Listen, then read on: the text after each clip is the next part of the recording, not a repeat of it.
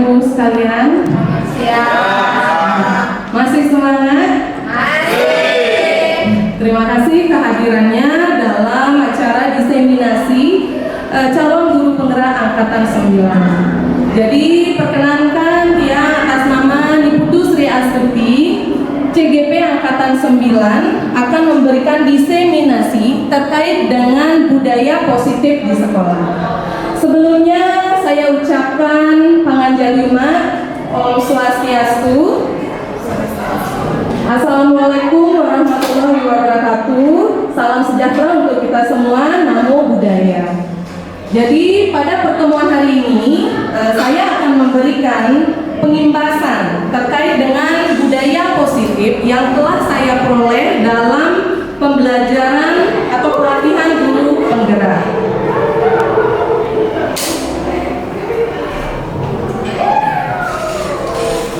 Ya, konsep inti budaya positif adalah terdiri dari beberapa.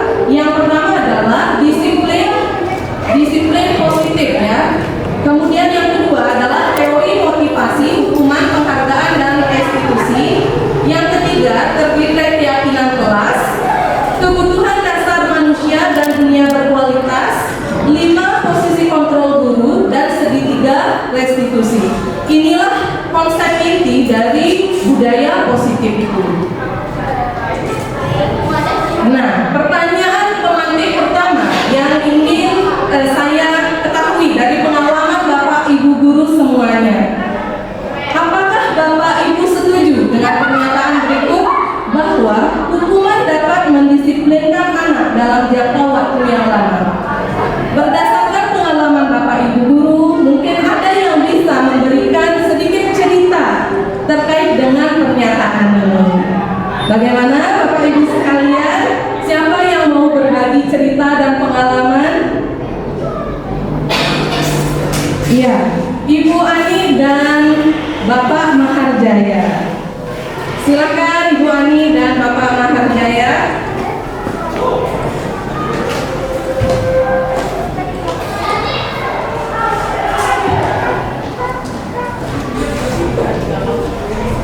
Baik, terima kasih atas waktunya. Di sini terlihat gambar seorang siswa yang dihukum mungkin karena kesalahan ya. Iya. Menurut saya hukuman dapat mendisiplinkan anak dalam jangka waktu yang lama. Tidak. Kenapa tidak? Karena hukuman malah kalau dalam era sekarang anak-anak dikasih hukuman itu malah semakin menjadi-jadi dalam hal misalnya dalam apa kesalahannya itu bakal tidak mau introspeksi diri. Mungkin lebih baik ke pendekatan ke siswa, lebih baik ke pendekatan dengan memberikan kritik atau saran yang mengena, baik, dan membuat anak didik itu merasa kalau bahasa Jawa itu sing juari, ada titik jera dengan masalahnya atau apa permasalahan yang membuat dia dituntut. Mungkin itu dari saya.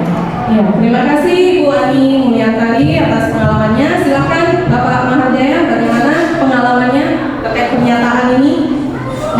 Terima kasih. Hukuman mungkin kalau sebagian guru, mungkin hampir semua guru pernah melakukan hukuman terhadap siswa, dan itu berupa tugas, mungkin hukuman fisik. Tapi kalau mungkin sekarang tidak ada. Nah, kalau melihat hukuman ini kita dilakukan jangka waktu yang lama, dalam artian tidak ada efek jerah terhadap hukuman itu yang dilakukan. Berarti ada sesuatu yang memang perlu penanganan khusus. Nah, dengan demikian hukuman ini sebenarnya boleh saja dilakukan yang sifatnya mendidik, mungkin sebenarnya tegas, tetapi jika itu dilakukan secara fisik, misalnya garing atau angkat kaki ke depan kelas, saya rasa itu sekarang sudah tidak relevan lagi dan tidak efektif karena profesi tidak mendidik, apalagi dilakukan jangka waktu yang lama. Dengan demikian kesimpulannya berarti ada sesuatu yang memang tidak beres dari anak tersebut. Kita perlu ada penanganan lain. Ya, harusnya jika memang anak itu diberikan hukuman, tidak butuh waktu lama, harusnya dia sudah berada pada titik paham arti dari sebuah hukuman tersebut. Ya menurut saya dari kesimpulannya hukuman yang tidak waktu lama itu tidak bagus. Iya, jadi tidak setuju juga ya dengan pernyataan ini. Nah, bagaimana dengan ibu-ibu yang lain? Mungkin ya silakan Ibu Dwi Mahayoni.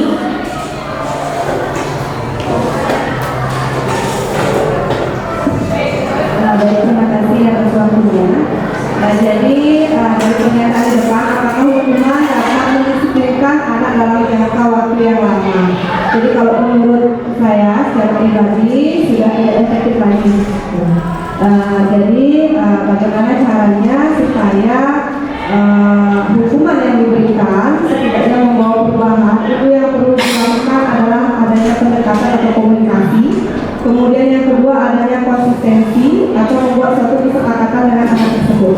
Sehingga dari kesepakatan yang sudah dijalankan, tentunya yang namanya kesepakatan itu kan dilakukan oleh dua belah pihak, antara murid ataupun dengan gurunya. Ada kesepakatan yang dibuat. Sehingga dengan diikatnya melalui kesepakatan ini diharapkan siswa tersebut tidak akan melakukan suatu pelanggaran lagi. Dan diharapkan juga dengan cara ini hukuman yang diberikan itu dapat membuat siswa lebih ke introspeksi dirinya gitu. Karena sudah ada kesepakatan sudah ada kesepakatan antara saya dengan guru atau wali ataupun sudah ada janji yang saya buat. Jadi demikian teman-teman saya. Iya, terima kasih pendapatnya Ibu Dwi Mahayoni. Nah, kita lanjut yang berikutnya.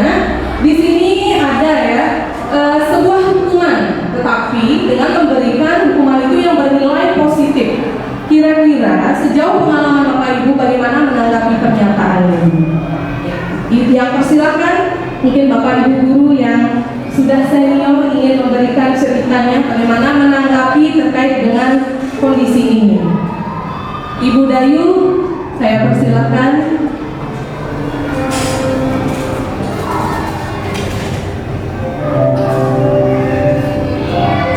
Terima kasih untuk kesempatan yang diberikan kepada saya untuk menanggapi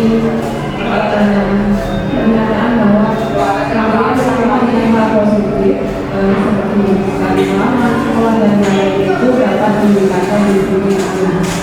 Sejauh ini kalau pengalaman saya itu bisa mendisiplinkan anak karena di samping mereka juga makin berkembang karakternya karena ini hal positif. Kalau hubungan fisik itu baru tidak setuju saya. Kalau yang hal positif itu saya setuju dan memang meningkatkan disiplin anak.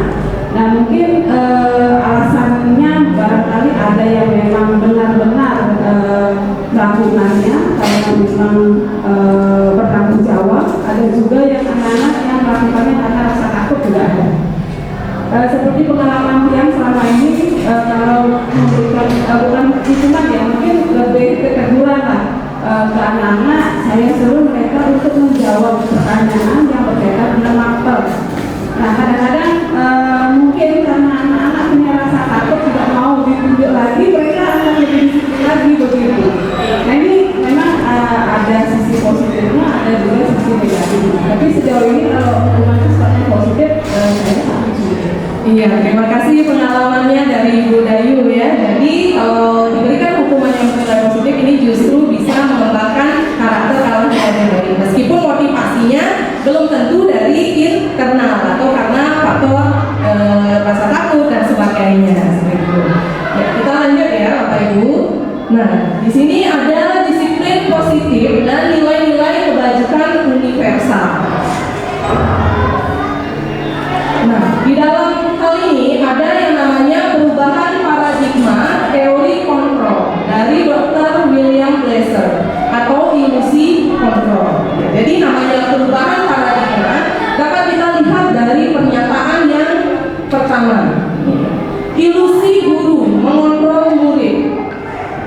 Yang sesungguhnya adalah yang mengontrol murid itu adalah dirinya sendiri. Pernyataan yang kedua, ilusi bahwa kritik dan membuat orang merasa bersalah dapat membentuk karakter. Hal ini justru bagaimana? Membentuk identitas gagal dan buruk pada murid.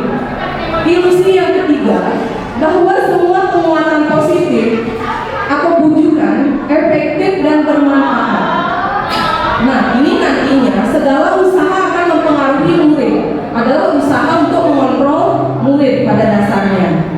Kemudian ilusi yang terakhir yaitu bahwa semua orang dewasa berhak untuk memaksa atau akan disadari bahwa perilaku memaksa sesungguhnya tidak efektif untuk jangka panjang dan bisa membentuk permusuhan. Ini adalah teori kontrol atau ilusi kontrol. Lalu, apakah makna dari disiplin menurut Bapak dan Ibu? Ada yang bisa memaknai makna disiplin? Ya, saya persilahkan Ibu Sita. Bagaimana tanggapan Ibu Sita atau Ibu Meli? Ya, Ibu Meli, ayo Ibu Meli, guru senior kita ya. Bagaimana tanggapan Ibu terkait dengan makna disiplin? Terima kasih atas waktu yang diberikan kepada saya, yaitu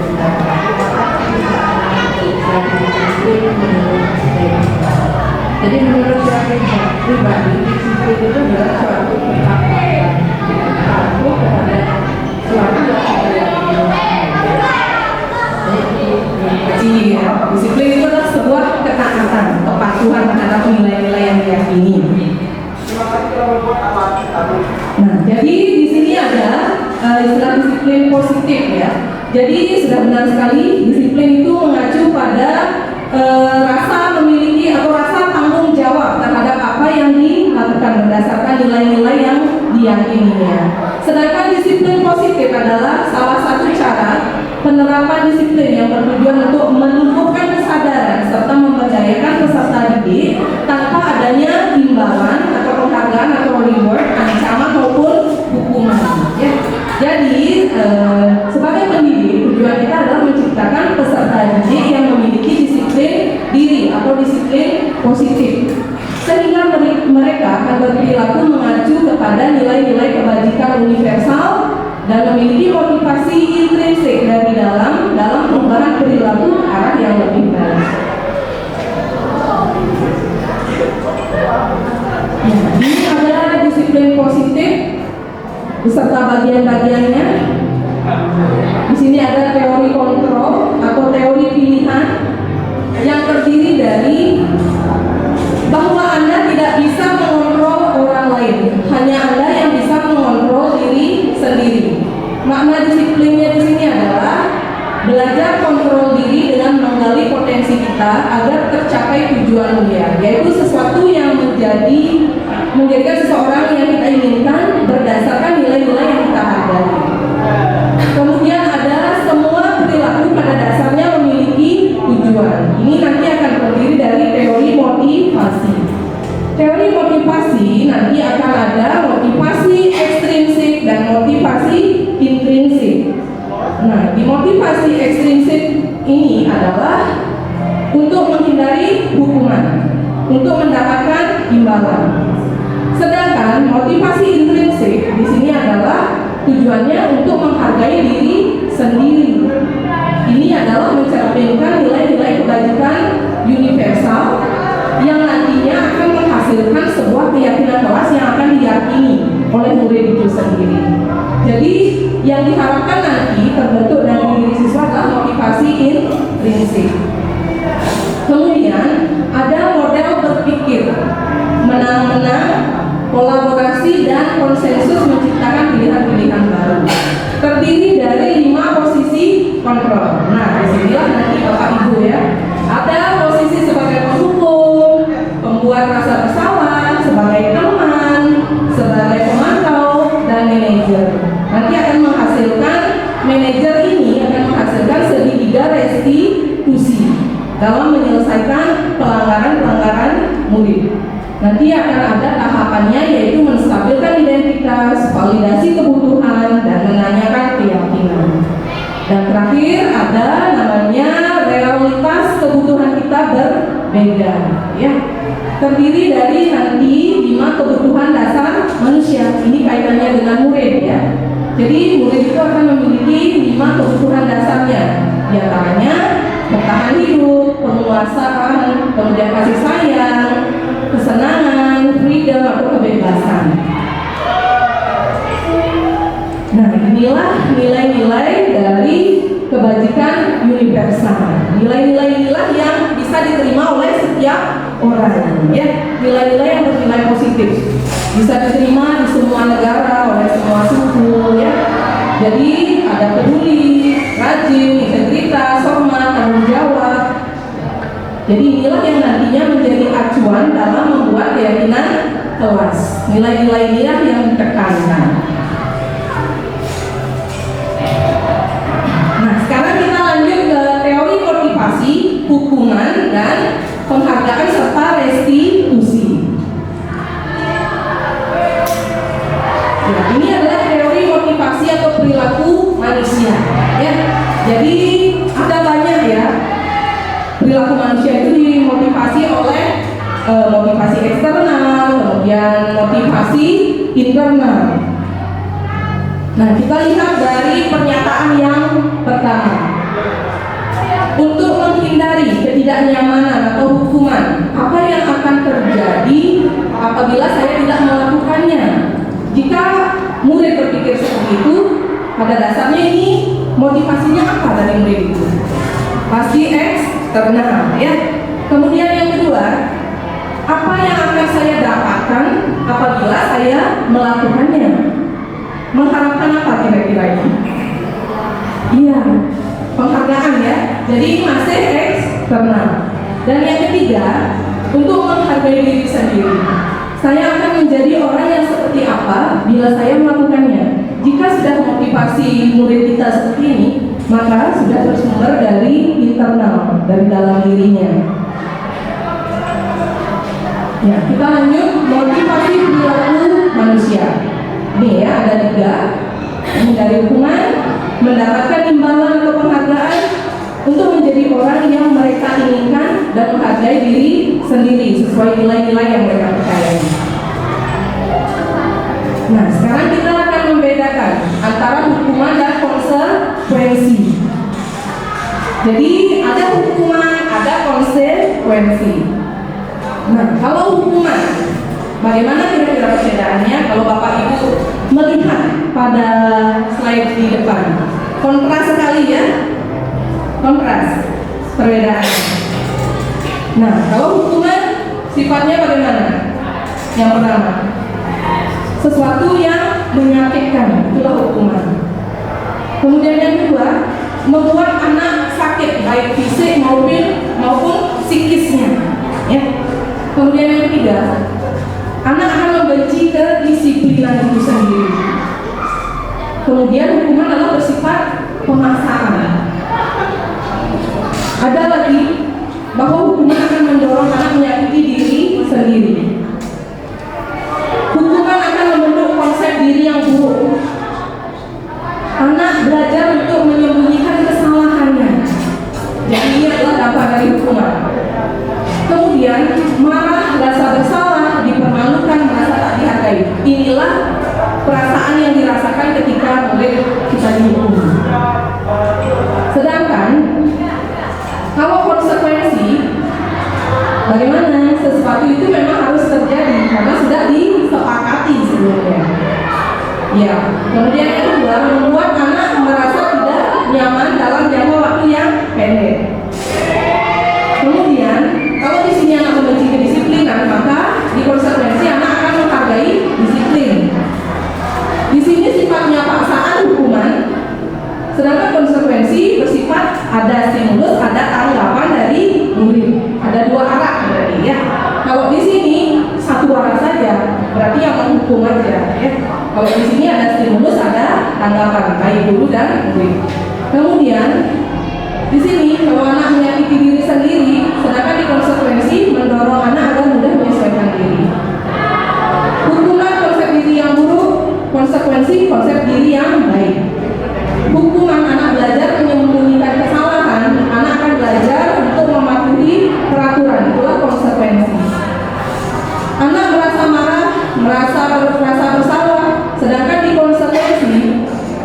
kehilangan hak, dibuat tidak nyaman atau diasingkan untuk sementara. Nah, sekarang silakan Bapak Ibu memberikan pendapat di kolom ini ya. Perbedaan hukuman dan konsekuensi dari pernyataan ini. Ada 7 pernyataan. Silakan Bapak Ibu. Bisa mic-nya? Iya. Silakan. Yang pertama. Ya, bagaimana Ibu Dayu? Kalau menurut saya yang pertama itu adalah hukum, karena lebih memaksa. Ya. Menurut Bu Dayu yang pertama adalah hukuman. Silakan lanjut Bu Meli yang kedua. Yang kedua di lapangan basket 2 kali karena kebetulan termasuk hukuman. Iya. Lanjut yang 3 Dayu. Oke, kalau menurut yang ketiga ya, murid diminta untuk push up 15 kali karena tidak menggunakan masker di sekolah itu termasuk hukuman dalamnya. Iya. Berikutnya yang keempat Ibu Nur Aziza. Baik, kalau untuk keempat menceritakan kertas tugas sama yang telah dicoret-coret itu termasuk konsekuensi. Karena apa yang dia lakukan dia harus menggantinya, seperti tanggung jawab. Iya, bagus sekali. Lanjut. Ya, Ibu kita.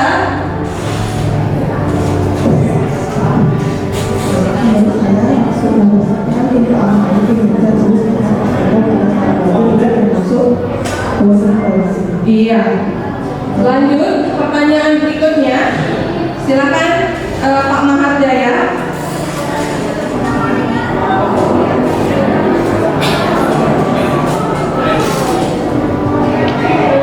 Murid disuruh tidak mengenakan sepatu seharian di sekolah karena tidak mengenakan sepatu jam. Ini menurut saya sudah mengarah ke hukuman. Iya. Lanjut. Ibu Ani. Untuk yang terakhir, lari mengelilingi lapangan basket 2 kali karena terlambat 10 menit untuk pelajaran pejok. Ini juga termasuk hukuman. Iya. Kita lihat ya, sama-sama kita lihat. Jadi ini ya, sangat jelas perbedaan antara hukuman dan konsekuensi. Ya, di sini lari mengelilingi lapangan basket sebanyak 2 kali karena terlambat 10 menit untuk pelajaran PJK. Ini masuk konsekuensi karena ya sesuai atau tidak menyimpang dari pembelajaran. Kemudian di sini ya, ini sudah tepat. Ini adalah ketika murid menyenggol ya tidak sengaja menumpahkan air di meja tulis. Jadi ini adalah konsekuensi di mana murid itu membersihkannya. Ya. Nah, sekarang kita mulai dengan topik keyakinan kelas. Ya. Bapak Ibu semua sudah membuat keyakinan kelas? Ada yang sudah, ada yang belum, ya. Nah, sekarang mengapa harus keyakinan kelas? Mengapa bukan peraturan kelas saja seperti itu, ya? Nah, ini alasannya, ya.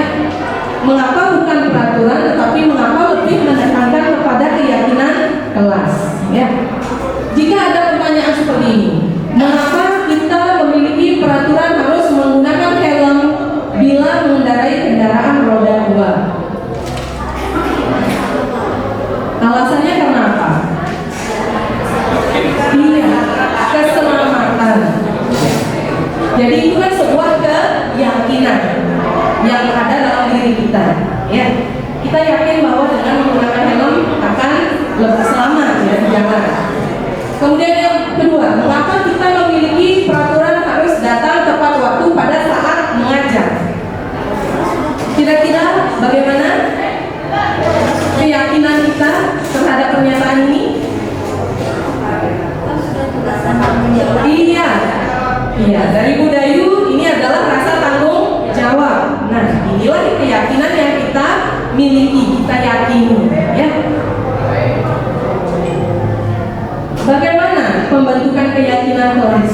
Jadi membentuk keyakinan kelas ini bagaimana prosesnya?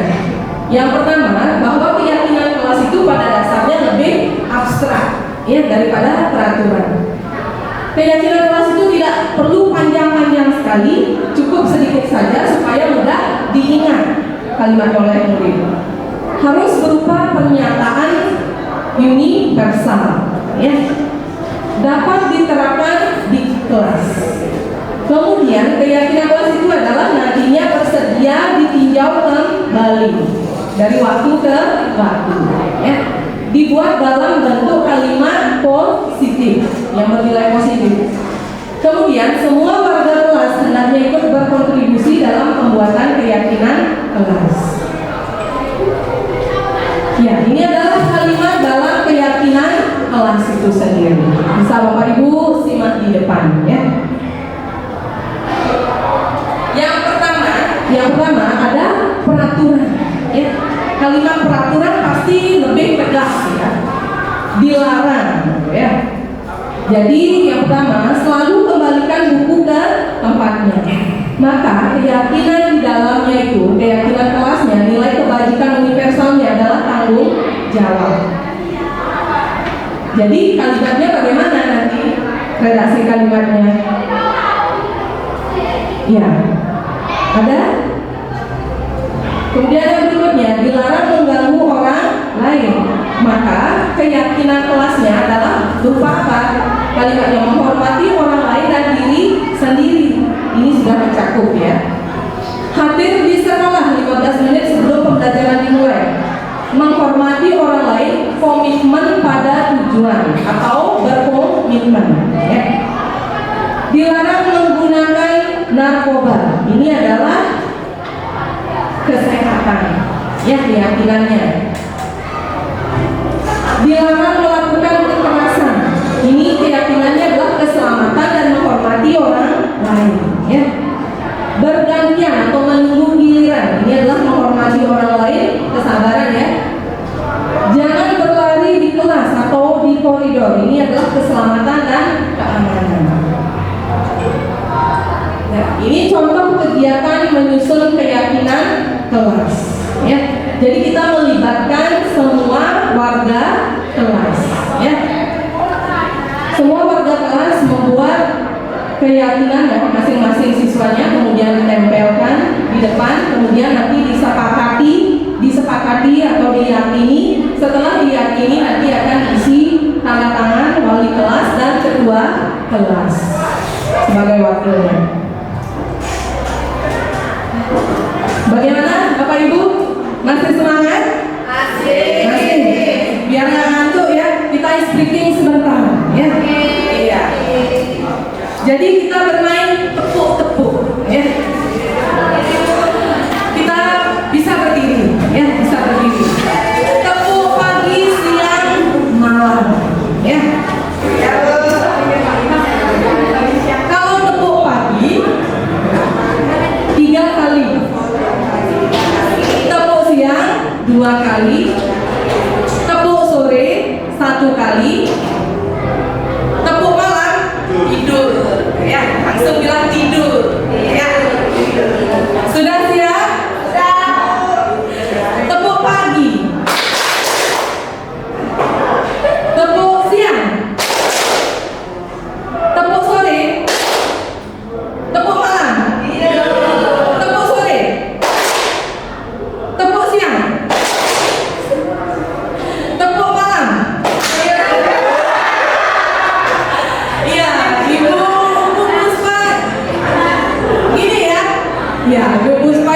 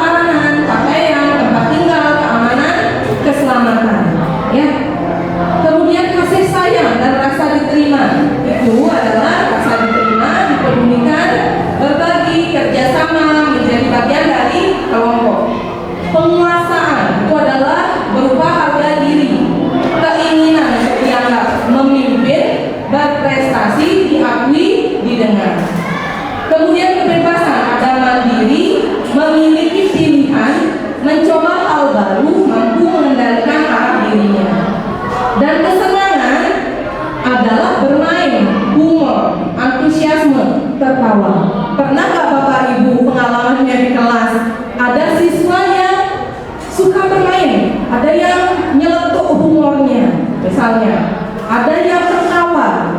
Tuh. Jadi kira-kira kebutuhan dasar apa sebenarnya yang diperlukan anak itu? Iya, humoris, bermain. Ini adalah kesenangan. Mungkin kita pernah ya menghadapi seperti ini ya, sebagai bapak ibu guru pasti pernah ya.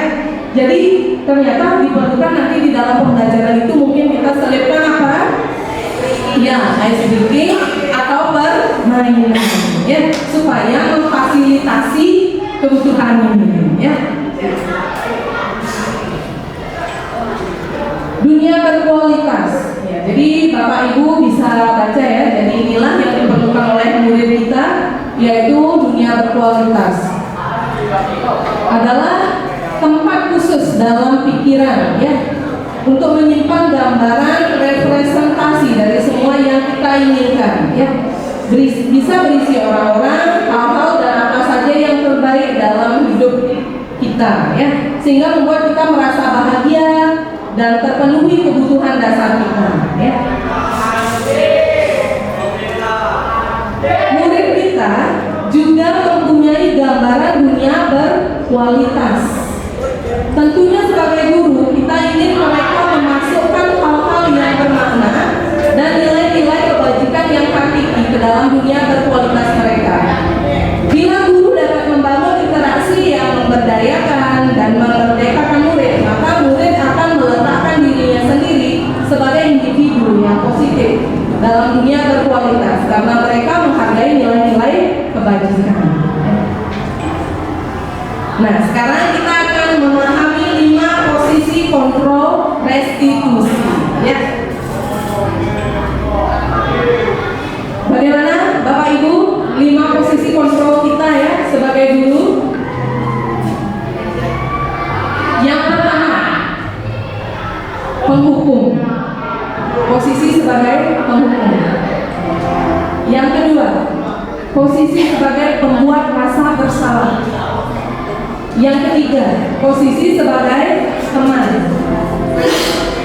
Kemudian yang keempat, posisi kontrol guru sebagai pemantau. Dan terakhir, posisi kontrol guru sebagai manajer. Nah, Bapak Ibu bisa perhatikan ya di slide di depan. Sebagai penghukum, kira-kira apa yang dilakukan oleh guru? Nah, di sini ada menghardik, menunjuk-nunjuk, menyakiti sampai menyindir. Ya, itu termasuk posisi guru sebagai kontrolnya sebagai penghukum. Sedangkan kalau sebagai pembuat orang merasa bersalah, apa yang guru perbuat di sini? Berceramah dan mengatakan seharusnya kamu tidak melakukan hal itu. Ibu merasa sangat kecewa sekali pada kamu. Kemudian sebagai teman membuat alasan-alasan untuk muridnya, ya, seolah-olah membenarkan, ya. Kemudian sebagai pemantau yaitu menghitung dan mengukur, ya, pelanggaran-pelanggaran yang dilakukan. Sebagai manajer bagaimana? Mengajukan pertanyaan-pertanyaan ya, atau melakukan dialog ya antara guru dan muridnya. Sedangkan apa yang dikatakan oleh guru di sini sebagai penghukum? Kalau kamu tidak melakukannya, awas ya, atau rasakan seperti itu ya. Lumayan galak ya. Sedangkan kalau membuat orang merasa bersalah, kamu seharusnya sudah tahu, ibu lelah sekali mengatakannya, ibu stres ya. Sebagai teman, ayolah lakukan demi ibu atau demi bapak ya. Masa kamu tidak mau? Ingat tidak, ibu pernah bantu kamu ya. Itu sebagai teman ya. Sedangkan sebagai pemantau, apa peraturannya? Seperti itu, mengingatkan pada peraturan ya. Kalau sebagai manajer, apa yang kita katakan? Apa yang kita yakini, kita tanyakan kepada murid ya. Apa yang bisa kamu kerjakan untuk memperbaiki masalah ini? Jadi kita kembalikan kepada murid untuk menemukan dan mempertanggungjawabkan sampai menemukan solusinya, ya. Tuh, ya. Nah, bagaimana hasilnya? Ya, di sini dampaknya ya, dampaknya sangat kontras ya terlihat. Jadi kalau kita menempatkan diri sebagai posisi penghukum, dampaknya pada murid adalah murid akan selalu mengulangi kesalahan. Sedangkan kalau membuat orang merasa bersalah, murid akan merasa rendah diri. Sedangkan kalau sebagai teman, bagaimana? Murid akan lemah, tidak mandiri dan bergantung kepada guru itu, ya. Sedangkan kalau sebagai pemantau, menitik beratkan pada sanksi atau hadiah untuk dirinya. Sedangkan kalau sebagai manajer, maka dampaknya adalah murid akan mampu mengevaluasi diri, bagaimana cara memperbaiki dirinya. Jadi sesungguhnya 5 posisi kontrol ini yang ditekankan diharapkan itu adalah posisi sebagai manajer, ya. Jadi kita diharapkan mampu ya sedikit demi sedikit mengarah ke posisi kontrol manajer. Ya, jadi ini ya kalimat-kalimatnya yang membedakan antara menghukum, memantau, teman, membuat rasa bersalah dan sebagai manajer, ya. Kira-kira Bapak Ibu di posisi yang mana? Posisi semuanya. Ya, semua pernah ya. Semua pernah dirasakan kelima posisi kontrol ini ya. Iya.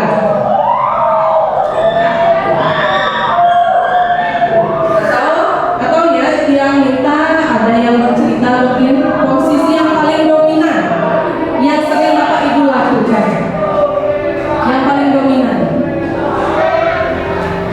dan paling sering, posisi kontrol mana yang Bapak Ibu lakukan? Paling sering ya.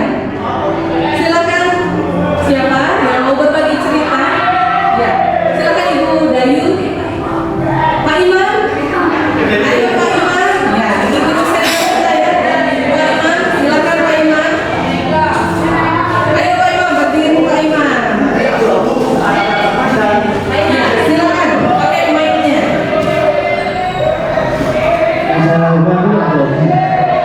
Iya, dua guru antara teman dan manajer. Ya, boleh. Ya, boleh menerapkan dua posisi kontrol atau lebih ya. Ya, antara teman dan manajer. Sedangkan kalau Ibu Sinta, bagaimana Ibu Sinta? Baik, jadi kalau saya itu lebih sering berada di pemantau, misalnya kalau dia sudah membuat tugas, jadi saya lebih sering apa konsekuensi yang harus dia terima dengan membuat tugas. Kalau manajer mungkin saya belum bisa ke posisi manajer. Iya, jadi lebih banyak di pemantau untuk Bu Sintanya, ya. Ya, silakan yang lain, Ibu Dwi. Kalau saya sama dengan Bu Sinta itu lebih banyak ke pemantau, kalau manajernya sih belum. Iya. Kemudian saya pemantau juga terkadang menjadi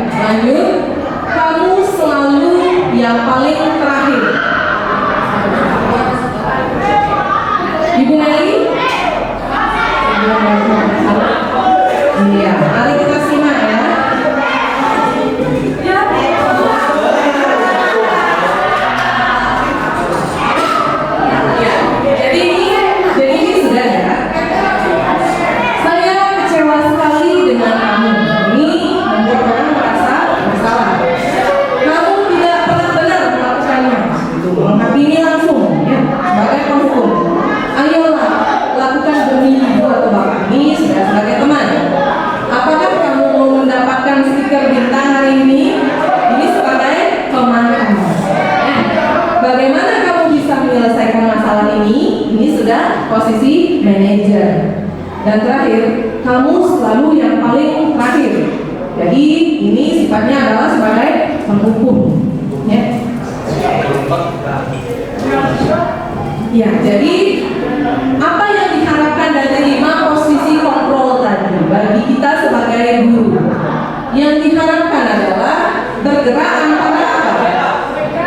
Peraturan, dari peraturan menjadi nilai-nilai. Kita bisa mengubah yang awalnya berupa peraturan menjadi nilai-nilai yang diyakini oleh anak-anak kita. Kemudian dari pemantau, yang awalnya kita sebagai pemantau ya, jadi kita mengarah ke manajer. Dari konsekuensi atau hadiah, kita mengarah pada murid mampu memperbaiki dirinya sendiri. Ya. Nah, sekarang ada restitusi atau segitiga restitusi. Nah, ini ya segitiga restitusi. Ini adalah salah satu upaya ya, cara untuk menyelesaikan pelanggaran-pelanggaran yang dilakukan oleh murid. Jadi dengan menerapkan model segitiga restitusi. Ya. Ada apa saja? Yang pertama ada ini, menstabilkan identitas. Ini langkah pertama yang kita lakukan. Apa kalimat yang bisa kita katakan di menstabilkan identitas? Ini ya. Jadi kita menstabilkan identitas anak ketika anak itu melakukan kesalahan. Ya. Kalimatnya adalah seperti ini. Setiap orang pasti pernah melakukan kesalahan. Kamu bukan satu-satunya yang pernah melakukan ini. Kemudian yang kedua adalah validasi kebutuhan. Apa saja yang bisa kita lakukan di sini? Dialog yang bisa kita lakukan dengan murid kita. Kamu tentu punya alasan mengapa melakukan hal itu. Adakah cara yang lebih efektif untuk mendapatkan apa yang kamu butuhkan? Inilah yang kita tanyakan di validasi. Kita menanyakan alasan, ya. Dan tahap yang terakhir adalah menanyakan keyakinan, ya. Nilai-nilai apa yang telah kita sepakati atau yakini? Kamu ingin menjadi orang yang seperti apa? Nah, jadi inilah segitiga restitusi dalam kita menyelesaikan kasus pelanggaran murid. Bagaimana Bapak Ibu?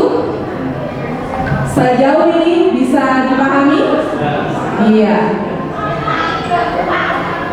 Nah, jadi ini tahap 1 ya, segitiga restitusi.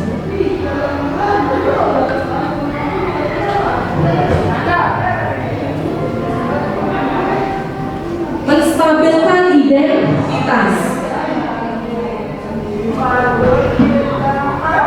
Inilah yang kita lakukan ketika murid kita melakukan pelanggaran, ya. Jadi menstabilkan identitasnya adalah membuat kesalahan itu adalah bagian dari proses pembelajaran. Kita tidak menghakimi, ya.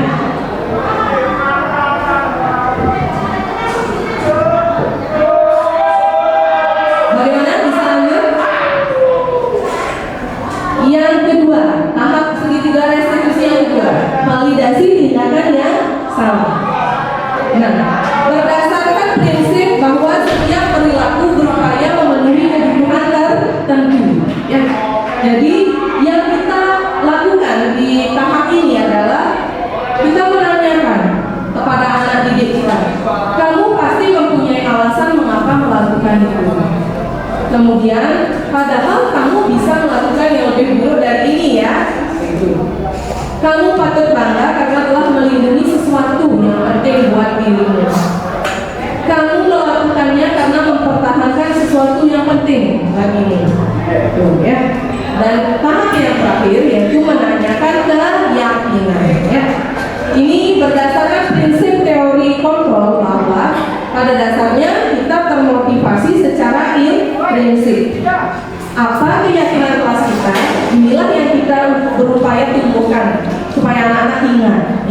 menyadari nilai-nilai apa yang telah disepakati bersama. Seperti apa gambaran sebuah kelas yang ideal menurut kamu? Kamu ingin menjadi orang yang seperti apa? Inilah yang kita tanyakan ya. Jadi ada 3 tahap ketika Bapak Ibu guru nanti mencoba untuk melakukan dialog, menerapkan segitiga restitusi. Ya. Nah, sekarang saya coba tampilkan segitiga restitusi yang sudah saya lakukan untuk pelanggaran yang sifatnya ringan, artinya yang bisa kita selesaikan di sekolah. Ya.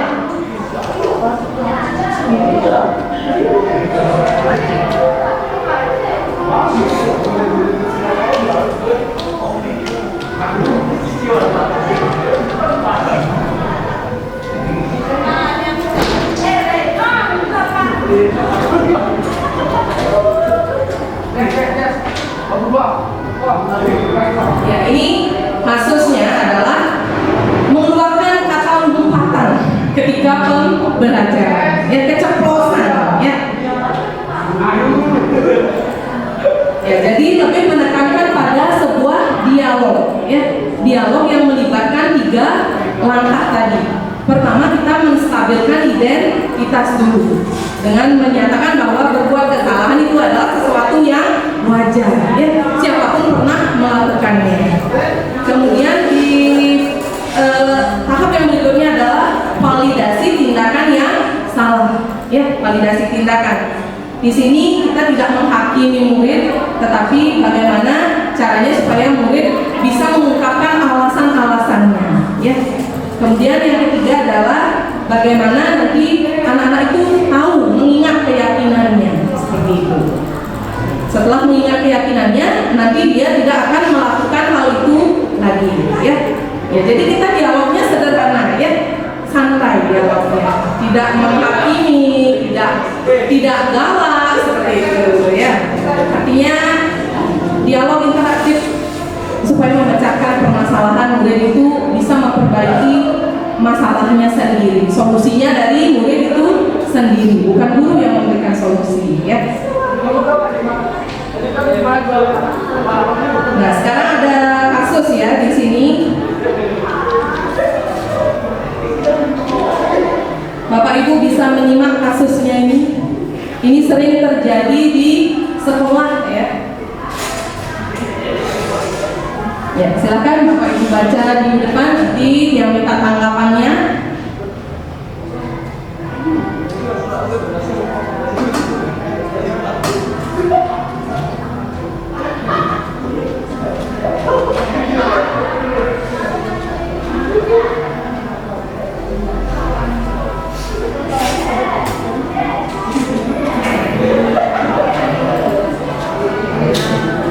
Bagaimana? Bisa dilanjut? Bisa. Pak Lukman, ya, menanyakan pada Sabrina.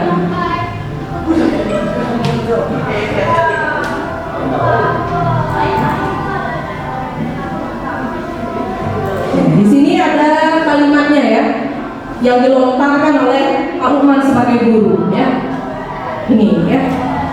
Pak Lukman tetap bersikeras pada peraturan yang berlaku dan mengatakan, ya sudah, kamu sudah melanggar peraturan sekolah, kamu salah, sudah terlambat, salah pula warna sepatunya. Segera buka sepatumu, kalau tidak bisa menggunakan warna sepatu sesuai peraturan.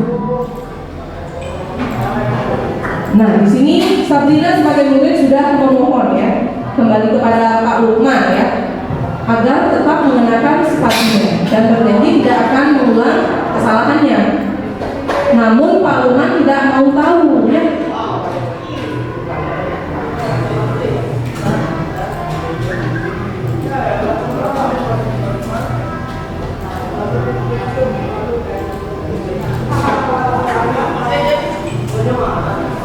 Silakan Bapak Ibu guru sekarang bagaimana menyikapi kasus ini. Ini sering terjadi, ya, pelanggaran ringan seperti ini sering dilakukan oleh murid kita, ya.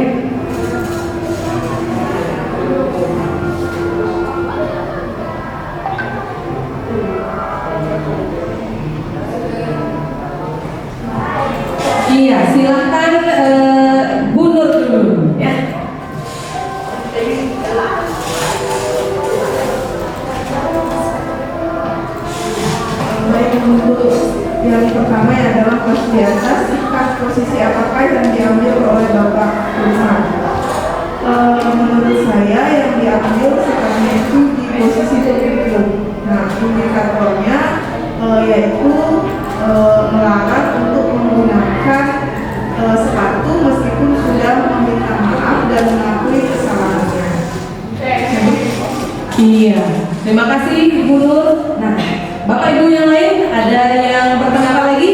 Silakan Ibu Ani. Kenapa? Iya, bisa. Untuk yang nomor 1 mungkin tambahan sedikit indikatornya tadi di melepas sepatu ya. Melepas sepatu itu kan membuat siswa atau anak didik itu menjadi malu sama teman-temannya. Nah, untuk yang nomor 2 bila Bapak Lukman mengambil posisi seorang manajer, kira-kira apa yang akan dikatakannya? Pertanyaan seperti apakah yang akan dilakukan selanjutnya? Nah, kalau posisi sebagai manajer, tadi saya tidak melihat ada posisi sebagai manajer. Jadi kalau sebagai manajer mungkin kita tanyakan apa yang membuat dia terburu-buru di sekolah. Itu setelah mengetahui apa yang membuat dia terburu-buru melakukan seperti itu, masalahnya apa, mungkin seperti itu. Iya, jadi menerima dan menanyakan dan menerima alasannya jika masuk akal ya. Ya, bagaimana Bapak Ibu yang lain? Terima kasih Ibu Ani. Sama ya. Ya. Nah, jadi demikian tadi ya, budaya positif yang bisa kita terapkan, kita latih ya, kita biasakan di sekolah ya. Jadi mungkin memerlukan waktu yang tidak pendek ya. Jadi pembiasaan ini memerlukan proses waktu yang cukup lama, tetapi tidak ada salahnya kita ya Bapak Ibu guru yang sudah hadir di sini untuk menerapkan nantinya ya, sedikit demi sedikit ya. Nah, pertanyaan refleksi pada diseminasi hari ini, saya minta pendapat atau refleksinya dari Bapak Ibu guru sekalian ya. Pertanyaan refleksi yang pertama, pembelajaran apa yang Bapak Ibu dapatkan melalui diseminasi budaya positif ini? Silahkan, saya minta Bapak Ibu, siapa yang berkenan?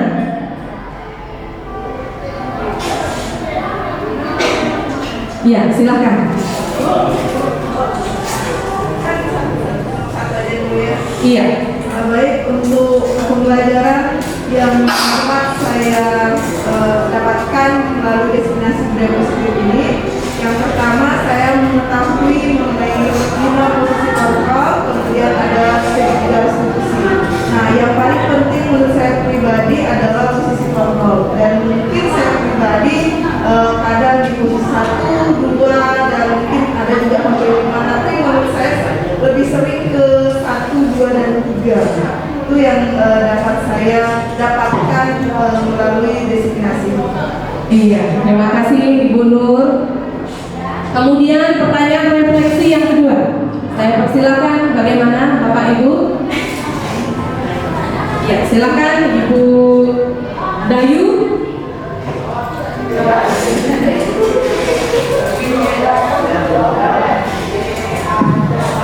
Terima kasih atas waktu yang diberikan. Jadi bagaimana perasaan Bapak atau Ibu dalam mengikuti diseminasi budaya positif? Yang pertama perasaan saya itu ya jadi ada pengetahuan yang lebih yang bisa saya dapatkan pada hari ini. Jadi pengetahuan tentang bagaimana sih sebenarnya kita harus memperlakukan siswa di dalam kelas, jadi tidak semata-mata hanya bersikap keras atau dengan sepihak menjudge siswa. Ternyata itu pengetahuan yang kurang baik bagi siswa. Kemudian dengan menerapkan budaya positif ini ternyata kita bisa lebih dekat dengan siswa kalau menurut saya. Kemudian kita juga meminimalisir yang namanya perusuhan di dalam kelas menurut saya. Jadi ini sangat bermanfaat bagi saya. Iya, terima kasih Bu Dayu ya. Kemudian pertanyaan refleksi yang ketiga, silakan Bapak Ibu.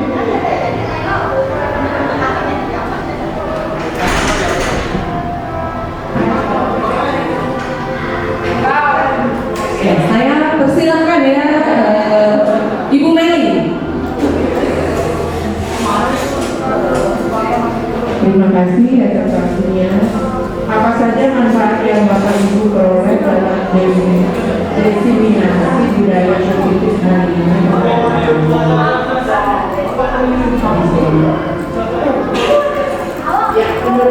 jadi manfaat yang mendapatkan pertama mendapatkan pengetahuan tentang budaya positif, kemudian yang kedua tahu posisi kontrol guru yang dalam budaya positif, dan kedepannya saya akan berusaha menerapkan bagaimana. Iya, terima kasih Bu Meli. Kedepannya kita semua ingin mencoba untuk menerapkan posisi kontrol sebagai manajer, ya. Iya. Sekian diseminasi budaya positif yang bisa saya sampaikan, bisa saya bagikan kepada Bapak Ibu guru yang telah saya peroleh pembelajaran ini dalam pendidikan guru penggerak. Semoga apa yang telah saya bagikan ini, informasi ini bisa menambah pemahaman kita bersama untuk nantinya kita coba terapkan di sekolah tercinta kita SMA Negeri 1 Sririt. Terima kasih saya ucapkan, saya haturkan para Mas Santi, Om Santi, Santi, Santi, Om.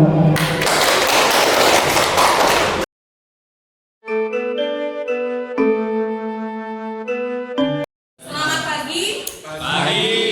Masih semangat ya? Masih. Nah, pada hari ini ya kita akan membuat keyakinan kelas ya, yang akan anak-anak yakini, anak-anak pegang selama 1 tahun ke depan ya di kelas 11 ini ya.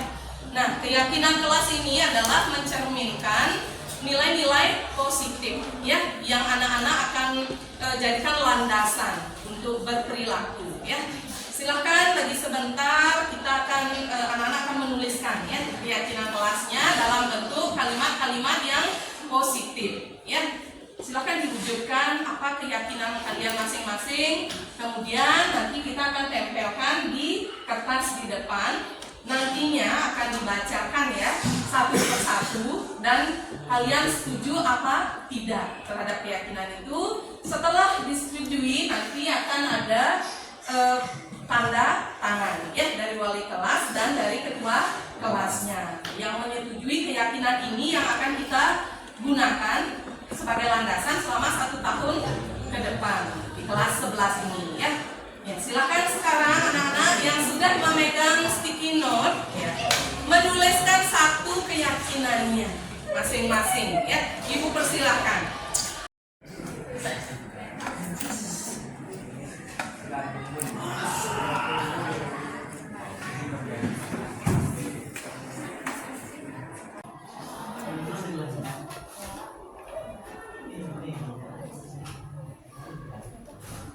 Lanjut. Adit.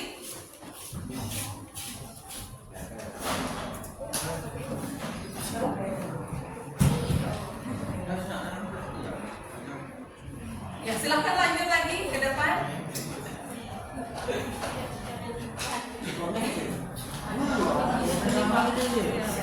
Ya, Yoga sudah, silakan Sumerta.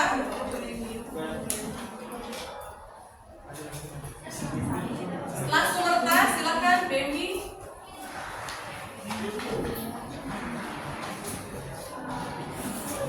Lanjut, setelah Baby, silakan Andika.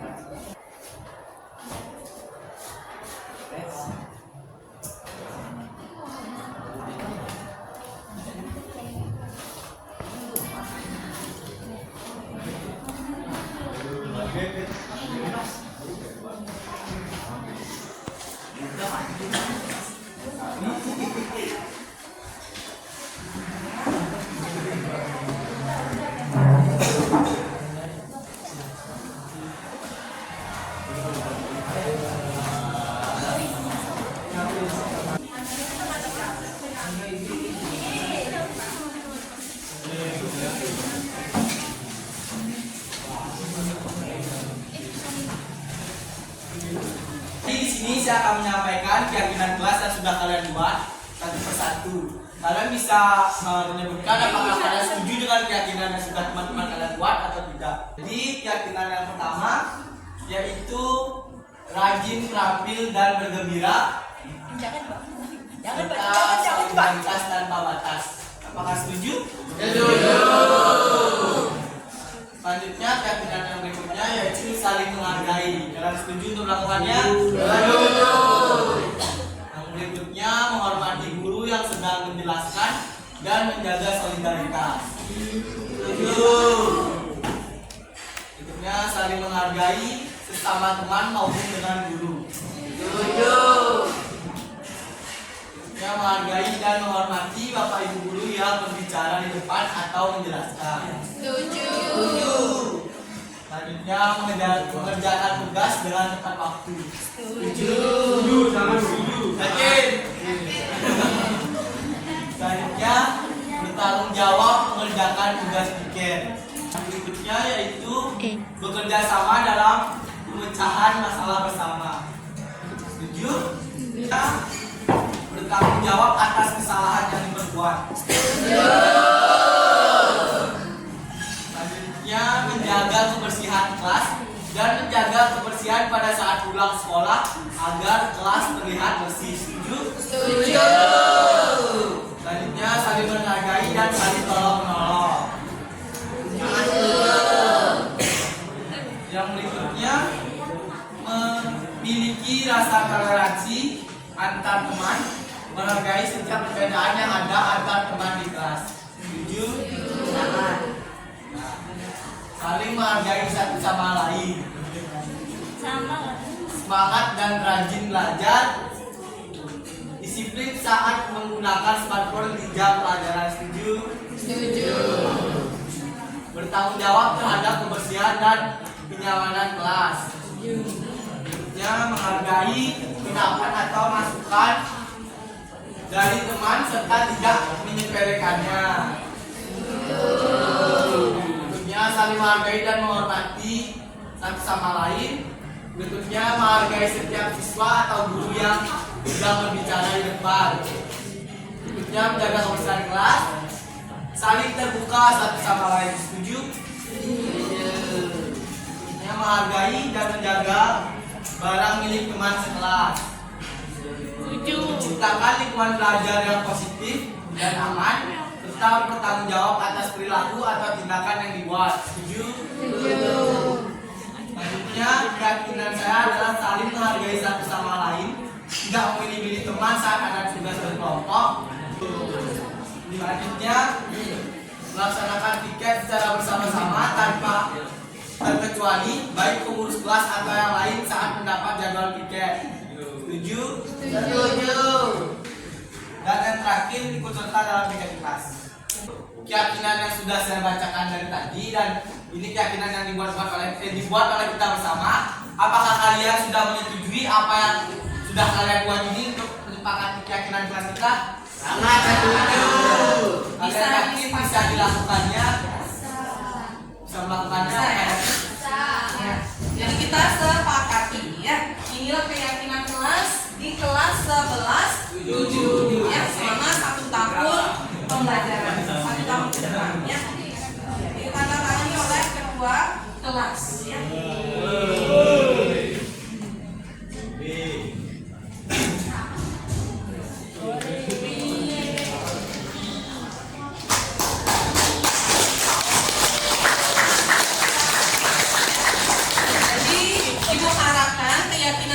Landasan kita dalam berperilaku dan menghindari terjadinya hal-hal yang tidak diinginkan ya. Dan jadi anak-anak bisa berperilaku yang positif sesuai keyakinan yang sudah dibuat ya. Terima kasih ketua kelas, silakan.